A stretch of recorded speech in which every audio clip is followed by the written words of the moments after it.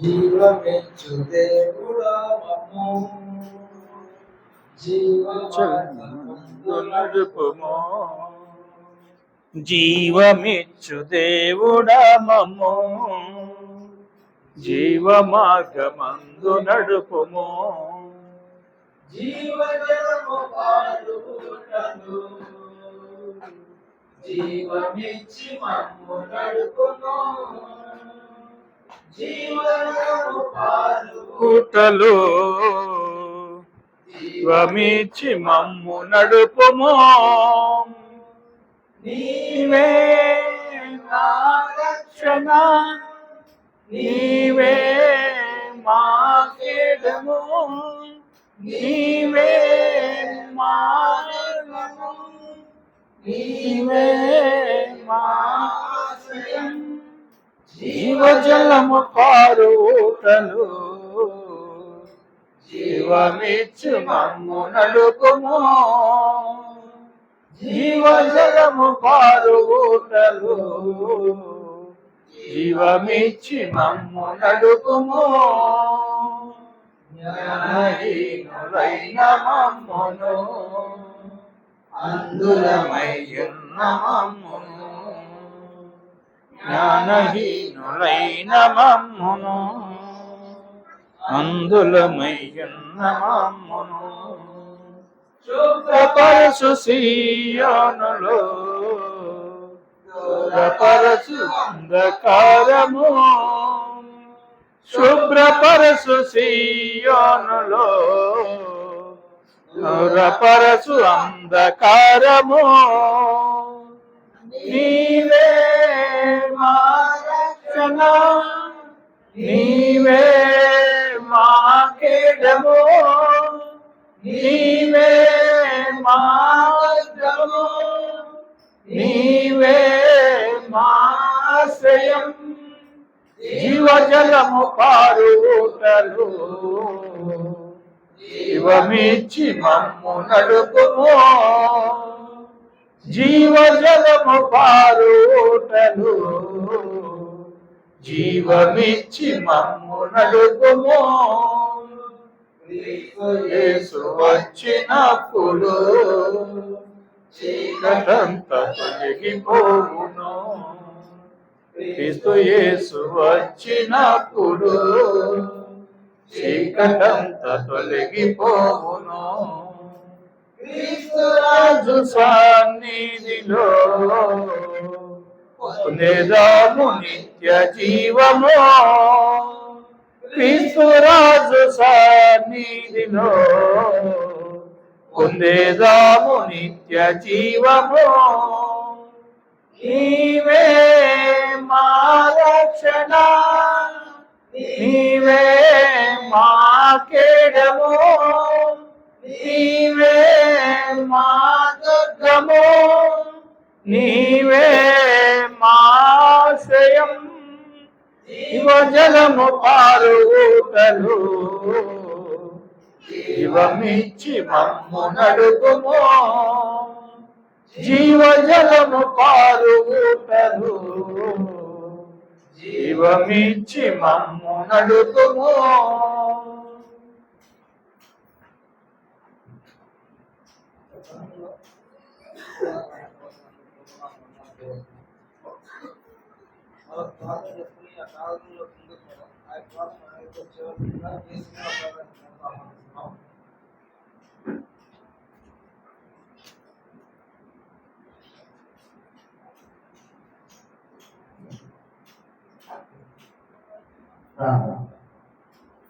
పరిశుద్ధ తండ్రి, మహోన్నత పరమగురువు నివాసించి రుచి ప్రేమ కలిగించేటువంటి మా గొప్ప తండ్రి, ఈ యొక్క పరిశుభ్రమైన ఘనమైన నామములతో స్తోత్రములు కానీ మీకు మాయైనటువంటి బట్టి ఆయన చేసినటువంటి కరుణ త్యాగాన్ని బట్టి మిమ్మల్ని పోలుస్తున్నాము, గణపరుస్తున్నాము, చూపిస్తున్నాము తండ్రి.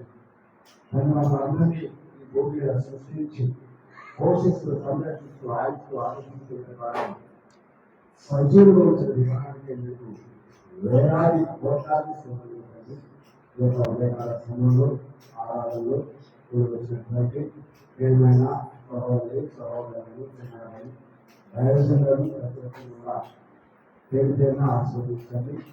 ఈ యొక్క వైపు వెళ్తున్నటువంటి ప్రతి కుటుంబాన్ని ప్రతి ఆత్మలో ఆస్వాదించండి.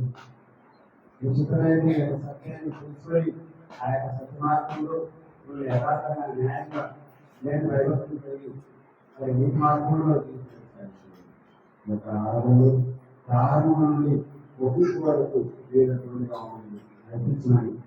మమ్మల్ని మీరు ప్రశ్నించుకుంటూ మీరు ఇచ్చిన వరకు మాపై ఆలోచనగా మరణించి ఈ మొదలైన లేచి పరలోకమునకు రానటువంటి రాజులు రక్షకుడైనటువంటి యేసు నామంలో ఈ మానవాళి వేడుకుంటున్నాం తండ్రి. ఆమేన్.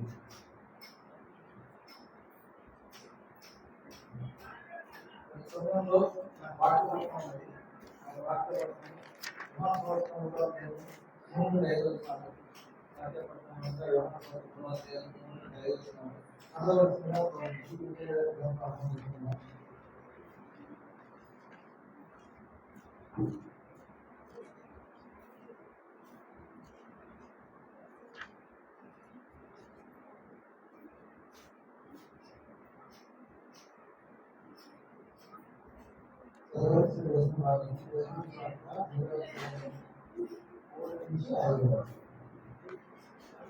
అందుకు యేసు అన్నట్లు ఒకరు కొత్తగా జన్మించే దానికి అతడు దేవుని రాజ్యంలో చూడలేడని నీతో నిశ్చయముగా చెబుతున్నానని.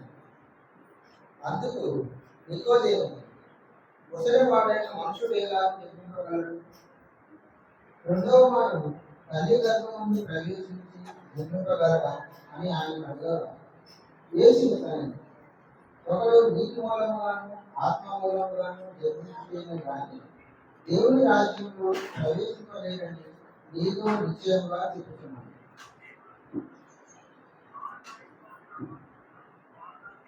సమయంలో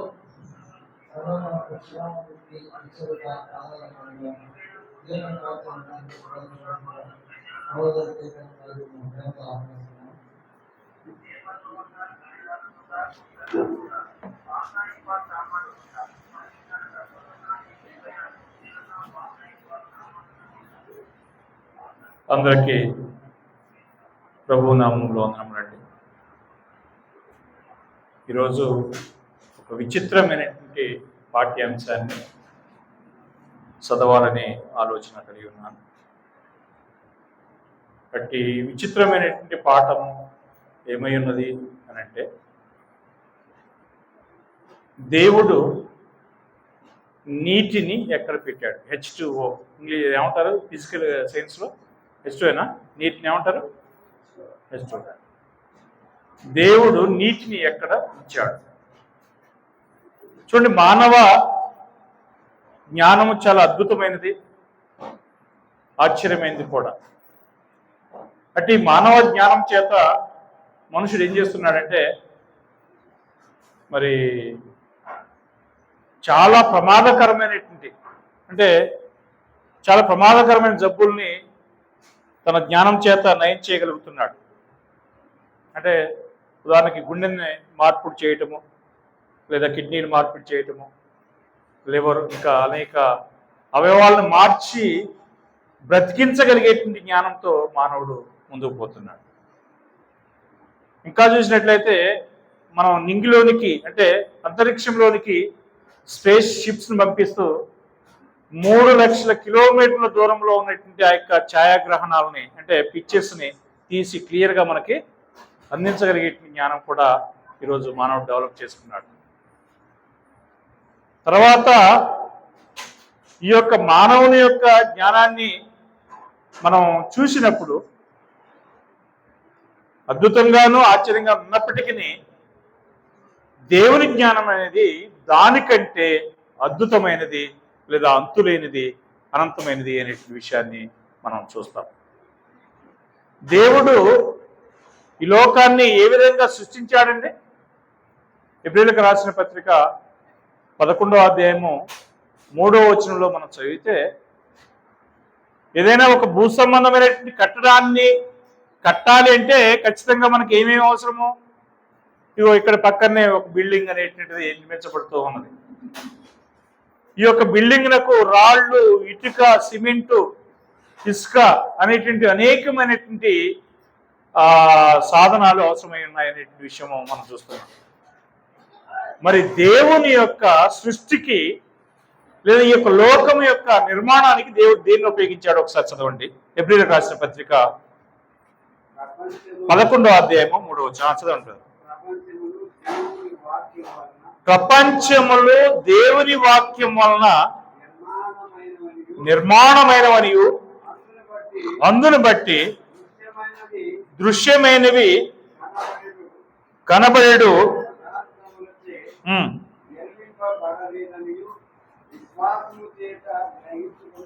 అంటే ఈ యొక్క భూమి లేదా ఈ యొక్క ప్రపంచం అనేది ఎలాగో నిర్మించబడలేదనే విషయాన్ని మనం గ్రహించగలుగుతున్నాము. భూ సంబంధమైనటువంటి వస్తువుల చేత నిర్మించబడలేదు అనేటువంటి విషయాన్ని చెప్తున్నాడు అక్కడ. అంతేనా అమ్మ? బైబిల్ తీస్తున్నాను, చూడలేదుగా, తీసుకోవచ్చు. చూడు, నా కొత్త బైబిల్ తీసుకోవచ్చు. నీ బిడ్డను ఎవరో చూస్తారు లేక, ఎందుకంటే మీలాంటి చదువుకున్న వాళ్ళు చూడకపోతే అట్లా. చూడండి అక్కడ 11వ అధ్యాయము 3వ వచనంలో, ప్రపంచములు దేవుని వాక్యం వలన నిర్మాణమైనవనియు అందును బట్టి దృశ్యమైనది కనబడే పదార్థముల చేత నిర్మింపబడలేదనియు విశ్వాసం చేత మనం గ్రహించుకుంటున్నాము. వీళ్ళరా, దేవుడు నీటిని ఎక్కడ ఉంచాడు అనే విషయాన్ని మనం చూస్తున్నాం కదా. ఇది చూసినట్లయితే ఆది కాండము 1వ అధ్యాయము 2వ వచనంలో చూస్తే ఏమంటాడు తెలుసా? దేవుడు ఆ యొక్క భూమిని సృష్టించినప్పుడు, ఒకసారి చదవండి దయచేసి. ఆది కాండ, భూమి నిరాకారముగాను శూన్యముగాను ఉండెను, చీకటి అగాధ జలముల పైన కమ్మి ఉండెను. చూసారండి? అంటే ఈ యొక్క భూమి అనేటువంటిది ఎక్కడ ఉన్నది, లేదా జలము ఎక్కడ ఉన్నది అని అంటే, మీరు చూడండి, అంతరిక్షంలో అంటే భూమి పైన నీరున్నది, భూమి మీద నీరున్నది, భూమి కింది భాగంలో నీరున్నది. అవునా? ఇప్పుడు మనకు వర్షం ఎక్కడి నుంచి వస్తుంది? పైనుంచే కదా. తర్వాత భూమి మీద మనం వాగులు వంకలు చూస్తున్నాం కదా, నీరున్నది. అదేవిధంగా భూమిని తవ్వితే కూడా మనకు నీరున్నది. ఈ యొక్క నీటిని గురించినటువంటి విషయాన్ని మనం తెలుసుకోవాల్సినటువంటి అవసరం ఎంతైనా ఉందండి. నీరు లేకపోతే భూ సంబంధంగా ఒక 7 దినాల వరకే మనం బ్రతుకుతాం. కట్టిపడేశారనుకోండి ఎక్కడన్నా ఒక గదిలో, మనం అన్నం నీళ్ళు లేకుండా కనీసం 7 దినాలు మనం బ్రతుకుతాం. ఈ 7 దినాల తర్వాత కూడా నీరు దొరకట్లేదు అనుకో, ప్రాణానికి చచ్చిపోతాం. కాబట్టి నీరు అనేటువంటిది మానవ భూ సంబంధమైన జీవన విధానానికి ఏమైనది? చాలా ముఖ్యమైనటువంటి పాత్రను పోషిస్తుంది. అంటే మానవుని యొక్క మరణము, జీవం అనేటువంటి దానికి మధ్యలో ఏం పెట్టాడు దేవుడు? నీటిని పెట్టాడు. ఈ నీటి చేతనే మనము ఏం చేయబడుతున్నాము అంటే రక్షణ పొందుతున్నాము, కాపాడబడుతున్నాము అనే విషయాన్ని మనం చూస్తున్నాం. చూడండి, సామెతల గ్రంథంలో 8వ అధ్యాయంలో సొలొమోను గారు మాట్లాడుతున్నాడు. సామెతల గ్రంథకర్త మాట్లాడుతున్నటువంటి విషయాన్ని మనం చూద్దాము. సామెతల గ్రంథము 8వ అధ్యాయము. ఇక్కడ అనేక వచనాలు మనం ఉన్నాయి, కానీ కొన్ని విషయాలను పాయింట్అవుట్ చేసుకుంటూ ముందుకు పోదాము. సామెతల గ్రంథం 8వ అధ్యాయంలో ఏమంటున్నాడంటే 22వ వచనం నుంచి మనం చూసినట్లయితే, పూర్వకాలమందు తన సృష్టారంభమున తన కార్యములలో ప్రధానమైన దానిగా యెహోవా నన్ను కలగజేసింది. దేని గురించి మాట్లాడుతున్నాడు ఈ యొక్క అధ్యాయము అంటే? జ్ఞానాన్ని గురించి మాట్లాడుతున్నాడు. మీరు చూడండి, 1వ వచనం నుంచి కనుక ఈ యొక్క అధ్యాయాన్ని మనం చదివితే దేని గురించి మాట్లాడుతున్నది ఈ యొక్క అధ్యాయం అంటే? జ్ఞానాన్ని గురించి మాట్లాడుతుంది. కొంతమంది తెలియనటువంటి అబద్ధ బోధకులు, కొన్ని సంఘాల వాళ్ళు ఏమంటారు, యేసు క్రీస్తు అని చెప్పి అంటున్నారు, వాళ్ళకి తెలియదు. చూడండి, అక్కడ 23వ వచనంలో, అనాది కాలం మొదలుకొని మొదటి నుండి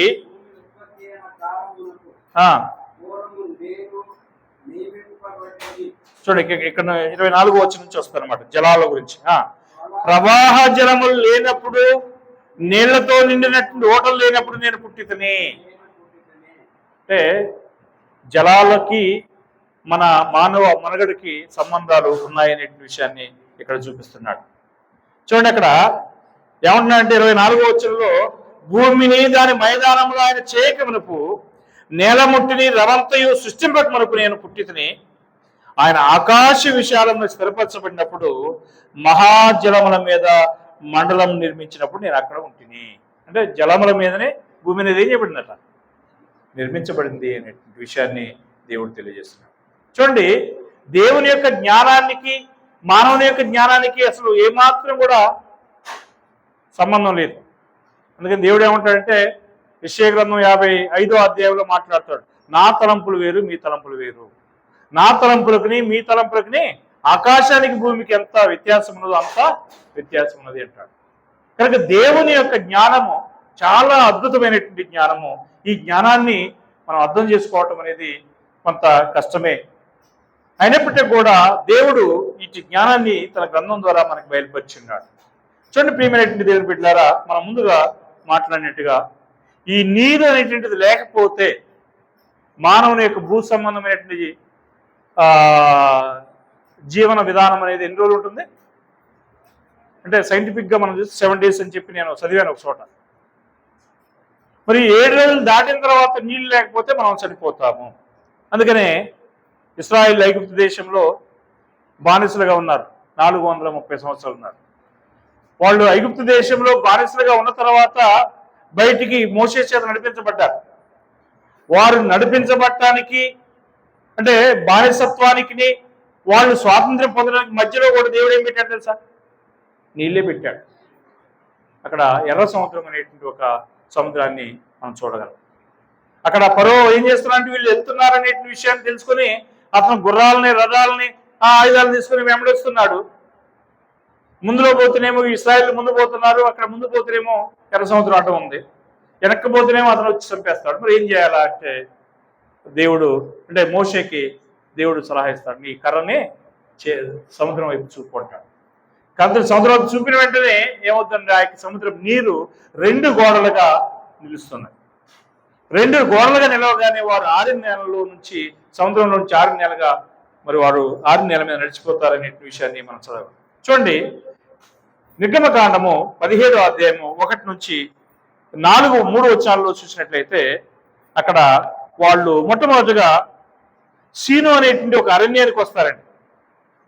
ఆ అరణ్యానికి వచ్చినప్పుడు వారికి దేవుడు ఏం పెట్టాడో చూడండి. అక్కడ వారి యొక్క మరణానికి జీవానికి మధ్యలో ఏం పెట్టాడో చదవండి.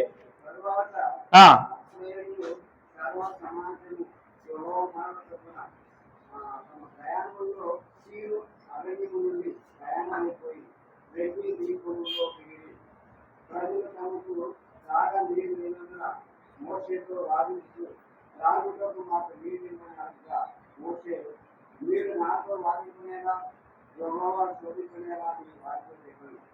అక్కడ ప్రజలు నీరు లేక తప్పికొని మోషే మీద సమీపంతో ఎందుకు మమ్మల్ని మా పిల్లలను మా పశువులను రద్దు చేయగలుగుతున్నట్టు ఐగుప్తులను ఇక్కడ తీసుకొని మరించండి. చూశారండి, అంటే వాళ్ళు అరణ్యంలోకి వచ్చారు, వాళ్ళకి ఏం లేవు, నీళ్ళు లేకపోతే ఏమవుతామంటున్నారు వాళ్ళు. ఎందుకు మమ్మల్ని ఐగుప్తులో నుంచి ఇక్కడ తీసుకొచ్చింది, కారణం ఏంటి, మమ్మల్ని సంపాలని చెప్పి అనుకుంటున్నావా అంటే నీళ్ళు లేకపోతే ఏమవుతారనేది అర్థమైపోతుంది, చనిపోతారనే విషయాన్ని వారు గ్రహించి 3వ వచనం అంటున్నాడు, అక్కడ ప్రజలు నీళ్లు లేక దప్పికొని మోషే మీద సనుగుసు, ఇదెందుకు మమ్మును మా పిల్లలను మా పశువులను దప్పి చేత చంపుటకు ఐగుప్తులో నుండి ఇక్కడికి తీసుకుని వచ్చితిరి అని చెప్పి వారి మీద సరగటం జరిగింది. అంటే మానవ జీవన విధానానికి ఖచ్చితంగా నీటి యొక్క ప్రాముఖ్యత ఎంతో అవసరమైనది అనే విషయాన్ని మనం చూస్తున్నాం. ఈ నీళ్ళే లేకపోతే అక్కడ జిల్లందరూ కూడా ఏమవుతారట, చనిపోతారనే విషయాన్ని మనం చూస్తున్నాం. మరొక ఉదాహరణ మనం చూసినట్లయితే అక్కడ ఇశ్రాయేల్ దేశములో ప్రవక్త ఎలీషా ఉన్నటువంటి కాలంలో సిరియా దేశపు సైన్యాధిపతి అనేటువంటి నయమానికి కుష్ఠరోగం వస్తుంది. కుష్ఠ అంటే మనకు తెలుసు కదా, ఈ కాలంలో కుష్ఠవాదం వస్తే కాళ్ళు చేతులు ఏళ్ళు ఎన్ని కొరకపోయి ముండాలు అవుతాయి, అయినా బ్రతుకుతారు. కానీ ఆ కాలంలో కుష్ఠరోగం వచ్చిందంటే అది వేరే సోర్సే లేదు. ఈ రోజుల్లో ట్రీట్మెంట్ ఉంది కొంత, ఆ రోజుల్లో ట్రీట్మెంట్ అనేది లేదు. మరి ఆ కుష్ఠరోగాన్ని పోగొట్టుకోవడం కోసం ఆయన ఎన్నో దేశాలు ఎన్నో ప్రాంతాలు పోయి దాన్ని పోగొట్టుకోవాలని చెప్పి ప్రయత్నం చేస్తాడు. చివరికి ఆ యొక్క నయమాన్ ఇంట్లో ఉన్నటువంటి ఒక చిన్నది ఇస్రాయేల్ దేశస్తురాలు, ఇస్రాయేల్ దేశం నుంచి చెరగొనిపోయినటువంటి స్త్రీలలో ఒక చిన్నది. ఆమె అంటుంది తన యొక్క యజమానురాలతోటి, నా ఏలిన వాడు ఇస్రాయేల్ దేశంలో ఉన్నట్టు నా యొక్క దైవజనుడి దగ్గరికి పోయినట్లయితే ఖచ్చితంగా అది తగ్గిపోతుంది అని చెప్పేసరికి వెంటనే ఇతను ఏం చేస్తాడు తెలుసా, అష్షూరు రాజుకి విన్నవించుకుంటాడు. అయ్యా మరి ఇది ఈ విధంగా నాకున్న జబ్బుని పోగొట్టుకోవడం కోసం నేను మరి ఇస్రాయేల్ దేశంలోకి పోవాలి అనుకుంటున్నాను అంటే వెంటనే అష్షూరు రాజు ఒక ఉత్తరాన్ని రాసి ఇస్రాయేల్ దేశాన్ని రాజులకు పంపిస్తాడు. పంపించిన తర్వాత అక్కడ ఇస్రాయేల్ రాజు దాన్ని తప్పుగా అర్థం చేసుకుని కోప్పడిపోతాడు. నేను దేవుణ్ణి అయింది, ఒకరిని చంపడానికి ఒకరిని బ్రతికించడానికి నా చేత అవుతుంది అనుకుంటున్నాడా, ఎందుకు ఈ విధంగా నన్ను అపాసన చేస్తున్నాడు ఏంది ఇతను అని చెప్పి కోప్పడిపోతాడు ఇస్రాయేల్ దేశంలో. కానీ అక్కడ ఎలీషాకి ఇవి మ్యాటర్ తెలిసేసరికి ఏమంటాడంటే, నేను ఇస్రాయేల్లో దేవుని యొక్క దేవుని యొక్క ప్రవక్త లేడనుకున్నారా మీరు, అతను నా ఎదురు పంపించండి అని చెప్పేసరికి ఇక ఎలీషా దగ్గరికి దైవజనుడు ఈ యొక్క నయమాన్ వస్తాడు. వచ్చేసరికి ఏం జరుగుతుంది ఒకసారి చూడండి. కనీసం అతన్ని ఈ ప్రవక్త పోయి చూడలేదు, అతనితో మాట్లాడనో లేదు, అతను ముట్టుకోనూ లేదు. అతను వచ్చినటువంటి వ్యక్తి మామూలు వ్యక్తి ఏం కాదు, ఒక దేశానికి సైన్యాధ్యక్షుడు, అంటే మన దేశపు రాష్ట్రపతితో సమానమైనటువంటి ఒక హోదా అనమాట. అలాంటి వ్యక్తి వస్తే దైవజనుడు ఏమన్నా తెలుసా, ఇంట్లో నుంచి బయటికి రాకుండా తన దాసుని పంపించి ఏమంటాడంటే, అతను పోయి అక్కడ యోర్దాను నదిలో 7 సార్లు మునగమని చెప్పు అని చెప్పి అంటాడు. ఇతని కోపం వచ్చేసింది. ఏమంటాడు చదవండి ఒకసారి. 2వ రాజులు 5వ అధ్యాయము 8వ వచనం చదవండి. 2వ రాజులు 5వ అధ్యాయము 8 నుంచి చదివినట్లయితే,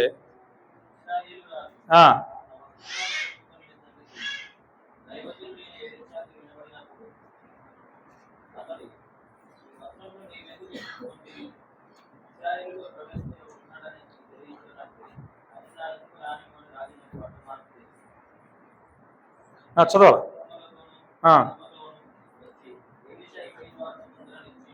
వచ్చాడు ఆయన, ఎవరు, సైన్యాధిపతి వచ్చి ఎలీషా ఎక్కడైతే ఉన్నాడో ఆ యొక్క ఇంటి ద్వారం దగ్గర నిలబడ్డాడు. ఎలీషా పెద్ద అధికారి వచ్చాడు ఆ దేశం నుంచి అని చెప్పి వెంటనే పోయి చూశాడండి. చూడండి 10వ వచనంలో ఏం చేశాడు చూడండి.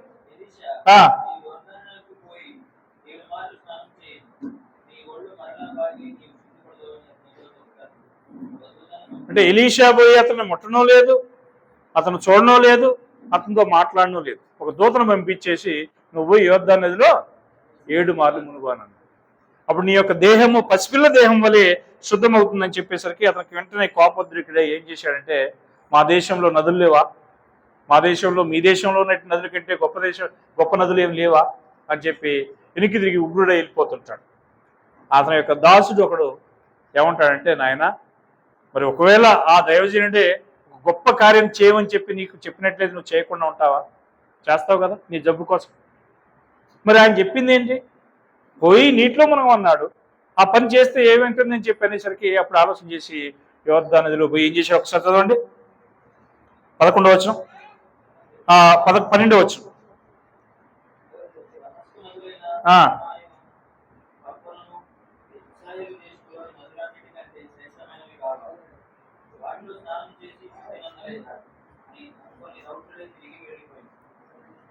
అయితే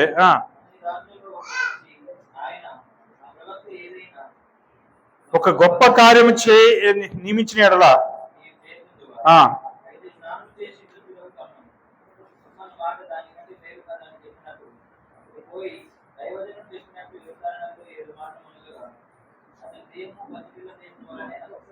చూసారండి. అంటే ఒక వ్యక్తి స్వస్థత పొందటానికి, అంటే ఈ యొక్క నయమానికి అతని యొక్క రోగానికి మధ్యలో ఏమున్నది, నీరున్నది. యోర్దాను నదిలో పోయి 7 సార్లు మునగమన్నాడు. 7 సార్లు మునిగేసరికి ఏమైంది, అదిగో అక్కడ కూర్చుందే చిన్నపిల్ల, ఆ చిన్నపిల్ల దేహం ఎలాగైతే స్మూత్గా ఉంటుందో అలాగైంది అని చెప్పండి. అంటే ఆ వ్యక్తి రోగము పోవడానికి దేవుడు ఏం పెట్టాడు, మధ్యలో నీటిని పెట్టాడు అనే విషయాన్ని మనం ఆలోచించాలి. ఎప్పుడన్నా ఒకవేళ ఈ విధంగా మనం ఆలోచించామా నీటిని గురించి, ఇప్పుడు ఆలోచించి ఉండం. అయితే దేవుడు ప్రతి విషయంలో కూడా నీటిని ఒక ముఖ్యమైనటువంటి ఒక పాత్రగా మనకు పెట్టాడు అనేటువంటి విషయాన్ని మనం చూస్తున్నాం. నిర్గమకాండం 14వ అధ్యాయంలో కూడా దేవుడు ఒక వ్యక్తి యొక్క స్వాతంత్ర్యానికి బానిసత్వానికి మధ్యలో ఏం పెట్టాడు ఒకసారి చూడండి. నిర్గమకాండం 14:20.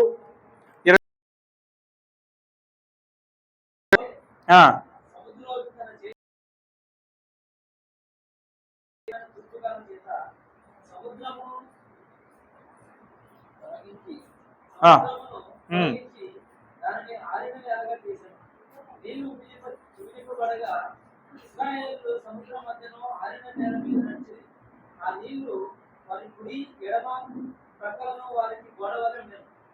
ఐగుప్తీయులను ఫరో రథములను, ఫరో గుర్రములను, రథములను, రౌతులను వారిని తరిమి సముద్రం మధ్యలో చేరేది. చాలు.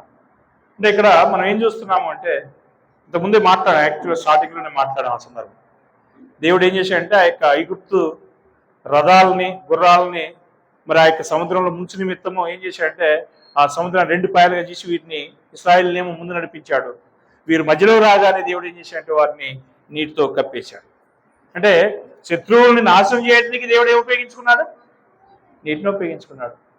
తన ప్రజలన్నింటిని ఇశ్రాయేలు రక్షించడం కోసం ఏం ఉపయోగించుకున్నాడు? నీటిని ఉపయోగించుకున్నాడు అనే విషయాన్ని మనం చూస్తున్నాం. అదే 14వ అధ్యాయం 30-31 వచనాలు కూడా చూసినట్లయితే, ఆ దినమున యెహోవా ఐగుప్తీయుల చేతిలో నుండి ఇశ్రాయేలును రక్షించును. ఇశ్రాయేలు సచ్చిన ఐగుప్తీయులను సముద్ర తీరంలో చూచిరి. అంటే ఏ విధంగా చనిపోయారు? వాళ్ళు నీటి చేతనే చనిపోయారు.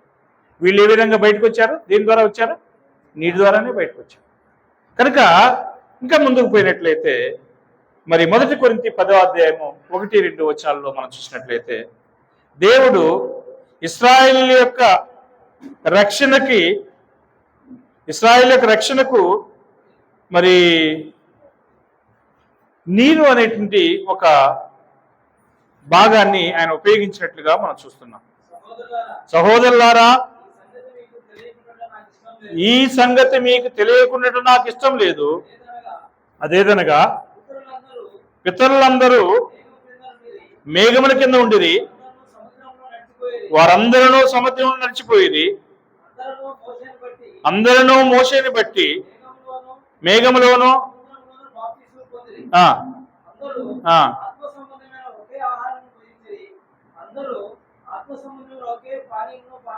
పానీయం అంటే వాటరే కదా.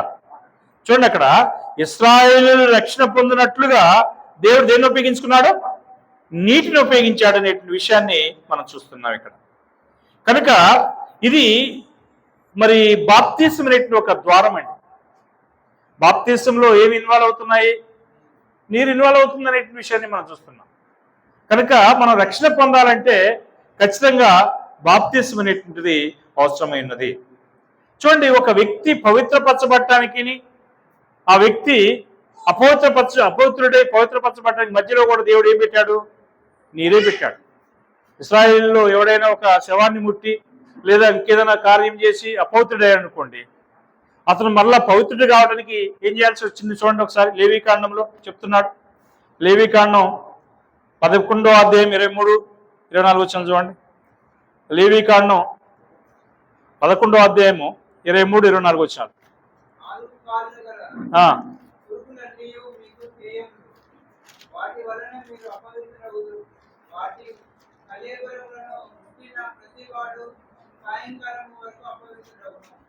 తర్వాత 25 కూడా.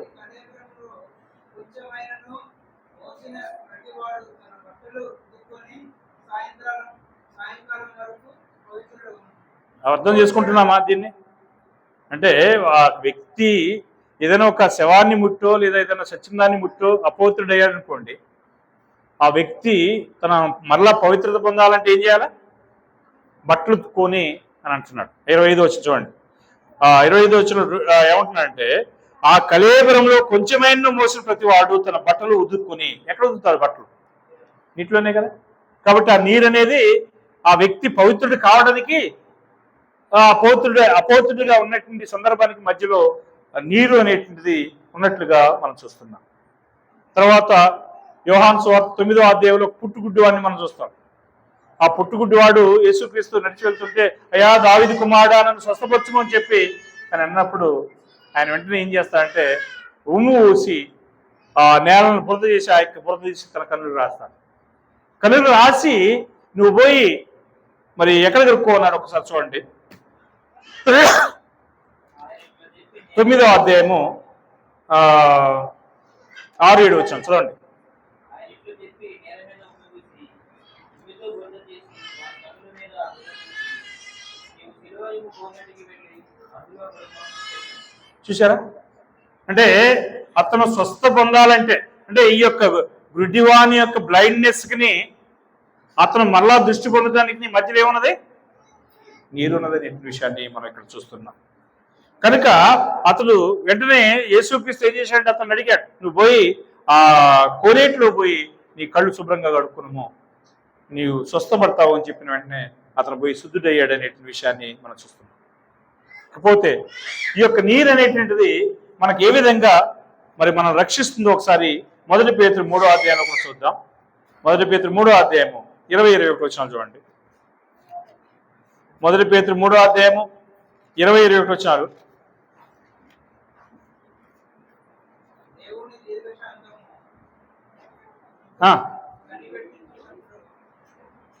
పూర్వము నోవాహు దినములలో వారు సిద్ధపరచబడుచుండగా అవిధేయులైన వారి యొద్దకు అనగా ఉన్న ఆత్మలెక్కలు ఆయన ఆత్మస్వరూపులైన వెళ్ళి వారికి ప్రకటించును. ఆ ఓడలో కొందరు అనగా ఇది ఉంది నీటి ద్వారా రక్షణ. చూశారండి? అంటే ఆనాటి కాలంలో ఉన్నటువంటి అవిధేయులైన వారిని శిక్షించడం కోసము దేవుడు దేన్ని ఉపయోగించాడు? నీటిని ఉపయోగించాడు. మరి ఆనాటి కాలంలో దేవునికి విధేయులైన వారిని రక్షించడం కోసం దేవుని దేన్ని ఉపయోగించాడు? అంతే కదా. నోవాహు కుటుంబం 7-8 మంది ఏమవుతారు? ఆ నీటి చేత రక్షణ పొందారు అనే విషయాన్ని మనం చూస్తాం. మనం ఈరోజు రక్షణ పొందాలంటే కూడా ఏది ముఖ్యమై ఉన్నది అనే విషయాన్ని మనం చూసినప్పుడు నీరు చాలా ప్రాముఖ్యమైనటువంటి పాత్రను పోషిస్తుంది అనే విషయాన్ని మనం గమనించాల్సినటువంటి అవసరం ఉంది. మనం చదివినటువంటి లేఖన భాగం ఉంది. నికోదేము దగ్గరికి యేసుక్రీస్తు వచ్చి మరి అంటే నికోదేము యేసుక్రీస్తు దగ్గరికి వచ్చి మాట్లాడుతున్న సందర్భం. ఇప్పుడు యేసుక్రీస్తు అతనికి వాక్యాన్ని బోధిస్తే ఏమంటాడంటే ఒకడు కొత్తగా జన్మిస్తేనే కానీ అతను దేవుని రాజ్యంలోనికి ప్రవేశించలేడు అంటాడు. అంటే పరలోక రాజ్యంలో ప్రవేశించాలంటే కూడా ఏం చేయాలా? కొత్తగా జన్మించాలి. ఎలాగ జన్మించాలి? 5వ వచనం ప్రకారం ఒక నీటి మూలంగాను ఆత్మ మూలంగాను జన్మించాలి. ఒక నీటి మూలంగాను ఆత్మ మూలంగాను జన్మిస్తేనే కానీ పరలోక రాజ్యంలో వాడు ప్రవేశించలేడు అంటాడు. అంటే పరలోకానికి నరకానికి మధ్యలో ఏమున్నది? నీరు కదా. పరలోకానికి మరి నరకానికి మధ్యలో నీటిని దేవుడు పెట్టినట్టుగా మనం చూస్తున్నాం. కనుక ఈ యొక్క నికోదేముకి అర్థం కాల. ముసలివాడిని నేను మరలా ఎలా జన్మించడం కుదురుతుంది? నేను మళ్ళా తల్లి గర్భంలో పోయి జన్మించడానికి వీలవుతుందా అని చెప్పి అడుగుతాడు. అప్పుడు యేసుక్రీస్తు అతనికి ఎక్స్ప్లెనేషన్ చేస్తాడు. ఆత్మ సంబంధమైనటువంటి విధానాన్ని గురించి అతనికి వివరించినట్లుగా మనం చూస్తున్నాం. అదేవిధంగా అపోస్తులైన పౌలు మరి ఒక యూదామతాన్ని నమ్ముకొని యూదామతంలో జీవించేటటువంటి సందర్భంలో అతను యూదామతమే రైట్ అని చెప్పి బలంగా నమ్ముతూ క్రైస్తవులు హింసిస్తున్నటువంటి సందర్భంలో యేసుక్రీస్తు ఆయనకి ప్రత్యక్షమవుతాడు. ప్రత్యక్షమైనప్పుడు అక్కడ అంటాడు, నువ్వు ఎవడో ప్రభు అని చెప్పి అన్నప్పుడు నువ్వు హింసిస్తున్నట్టు యేసునే అని చెప్పంటాడు.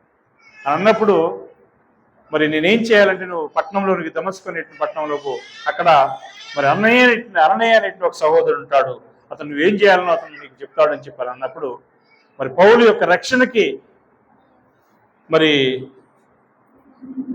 పౌలు యొక్క పాపానికి మధ్యలో దేవుడు ఏం పెట్టాడంటే నీటిని పెట్టినట్టుగా మనం చూస్తున్నాం. అంటే పౌలు యొక్క పాప క్షమాపణకి పౌలు యొక్క రక్షణకి మధ్యలో ఏం పెట్టాడు? నీరుని పెట్టాడు.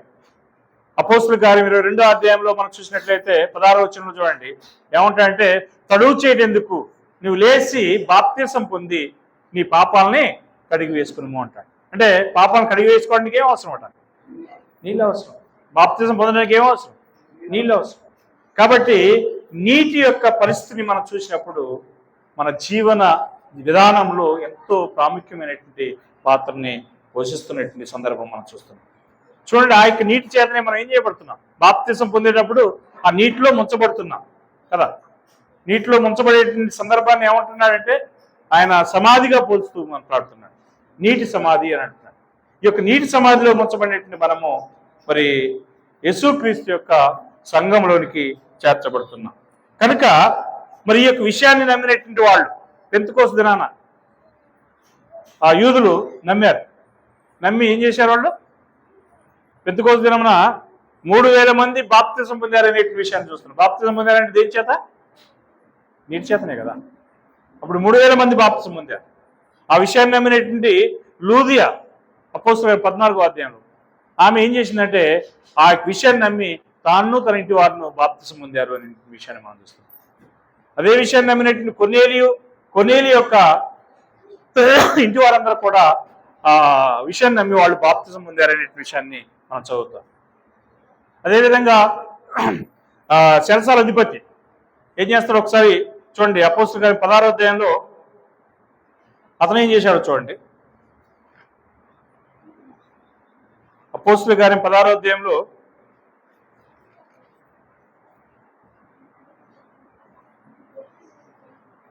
30వ వచనంలో అయలారా నేను రక్షణ పొందుటకు ఏం చేయాలని చెప్పి ప్రశ్న అడుగుతాడు. అందుకు వారు ఏమంటారంటే ప్రభువైన యేసునందు విశ్వాసం ఉంచుము, అప్పుడు నీవును నీ ఇంటి వారందరూ రక్షణ పొందురు అని చెప్పి చెప్పడం జరిగింది. వెంటనే ఆ రాత్రి అంటే 33వ వచనంలో ఆ గడియలోనే అతడు వారిని తీసుకుని వచ్చి వారి గాయములను కడిగను. కడగడానికి ఉపయోగించబడింది నీరే. తర్వాత వెంటనే అతడును అతని ఇంటి వారును 33వ వచనం ఏం చేశారు? బాప్తిసం పొందారు. అంటే రక్షణ పొందడానికి వాళ్ళు బాప్తిసం పొందారు అనే విషయాన్ని మనం చూస్తాం. తర్వాత మరి ఈ విధంగా బైబిల్లో చాలా మంది ఉన్నారు. మనం చూసినట్లయితే నపుంసకుల గురించి మనం వింటాం కదా 8వ అధ్యాయం అపోస్తలుల కార్యంలో. అతను యూదయ దేశానికి యెరూషలేము పోయి ఆరాధన చేసి వస్తున్నాడు. వచ్చే క్రమంలో బైబిల్ గ్రంథాన్ని చదువుతున్నాడు. యెషయా గ్రంథాన్ని చదువుతున్నప్పుడు అతనికి ఏం అర్థం కానప్పుడు ఫిలిప్ అనేటువంటి దైవజనుడు పోయి వాక్యాన్ని అతనికి వివరించాడు. వివరిస్తూ ఉండగానే వారు మార్గంలో పోతుండగానే అదిగో నీళ్లు నాకు బాప్తిసం ఇచ్చుటకు ఆటంకం ఏంటి అని అంటారు. అంటే బాప్తిజం పొందడానికి ఏం అవసరమై ఉన్నాయి? నీళ్ళు అవసరమై ఉన్నాయి. కాబట్టి మనం భూ సంబంధమైనటువంటి ప్రాణాన్ని రక్షించుకోవడానికి కూడా ఏం అవసరం? నీళ్ళు అవసరం. మన ఆత్మ సంబంధమైనటువంటి మన ఆత్మను రక్షించుకోవడానికి కూడా ఏం అవసరం? నీరు అవసరం. దేవుని యొక్క అద్భుతమైన జ్ఞానం మనం ఆలోచన చేస్తున్నాం. దేవుడు ఎంతో గొప్ప అద్భుతమైనటువంటి ఆ జ్ఞానాన్ని మనకు పెట్టినాడు. ఒకసారి చదువుదాం. కీర్తన గ్రంథము 8వ అధ్యాయము. కీర్తన గ్రంథం 8వ అధ్యాయము 3 నుంచి 5 వచనాలు చదువుదాం.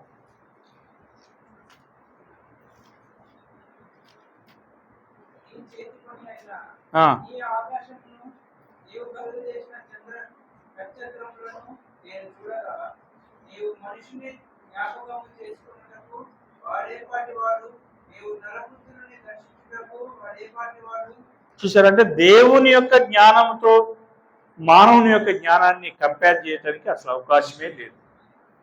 మానవుడే గొప్ప జ్ఞానం చెప్పి మనం అనుకున్నాం కదా ఫస్ట్లో. అతనికంటే కూడా దేవుని యొక్క జ్ఞానం అనేది చాలా అద్భుతమైనటువంటి ఆశ్చర్యకరమైనటువంటి జ్ఞానము అనే విషయాన్ని మనం చూస్తాం. ఆ జ్ఞానం చేత దేవుడు మన యొక్క రక్షణ సంబంధమైనటువంటి కార్యాల్లో నీటిని ఒక ప్రాముఖ్యమైనటువంటి అంశంగా పెట్టాడు. అటు నీటిని మరి ఉపయోగించుకున్నటువంటి వారు అటు నీటి చేతనే వారు రక్షణ పొందారు. ఎవరైతే ఆ నీటిని తృణీకరించారో ఆ నీటి చేతని వారు ఏమయ్యారు? నోవా కాలంలో మునిగి జలప్రయంలో నశించిపోయారనే విషయాన్ని మనం చూస్తాం.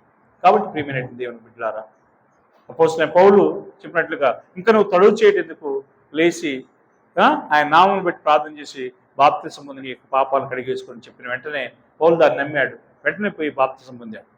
మరి మనం పౌలులాగా ఎందుకు ఉండకూడదు? లేచి ఆయన నామమును బట్టి ఎందుకు బాప్తిసం పొందకూడదు? పొందినట్లయితే మనకేముంటుందంటే మన యొక్క ఆత్మని రక్షించుకుంటాము. పొందకపోతే అంతే కదా. నమ్మి బాప్తిసం పొందిన వాడు ఏమవుతాడు? రక్షించబడను, నమ్మని వారికి శిక్ష విధించబడను అంటున్నాడు. కాబట్టి ప్రియమైనటువంటి దేవుని బిడ్డలారా, ఈరోజు మనం చదివినటువంటి అంశంలో నీటి యొక్క ప్రాముఖ్యత గురించి, నీటి గురించి దేవుడు మన యొక్క ఆత్మ సంబంధమైనటువంటి రక్షణకును భూ సంబంధమైనటువంటి మరి కాపుదలకు ఏ విధంగా మరి ఒక సంబంధాన్ని పెట్టాడు అనే విషయాన్ని మనం చూసాం. ఓపికమైనటువంటి మీ అందరికీ కూడా ప్రభు నామమున తెలియజేస్తూ ముగిస్తున్నాం.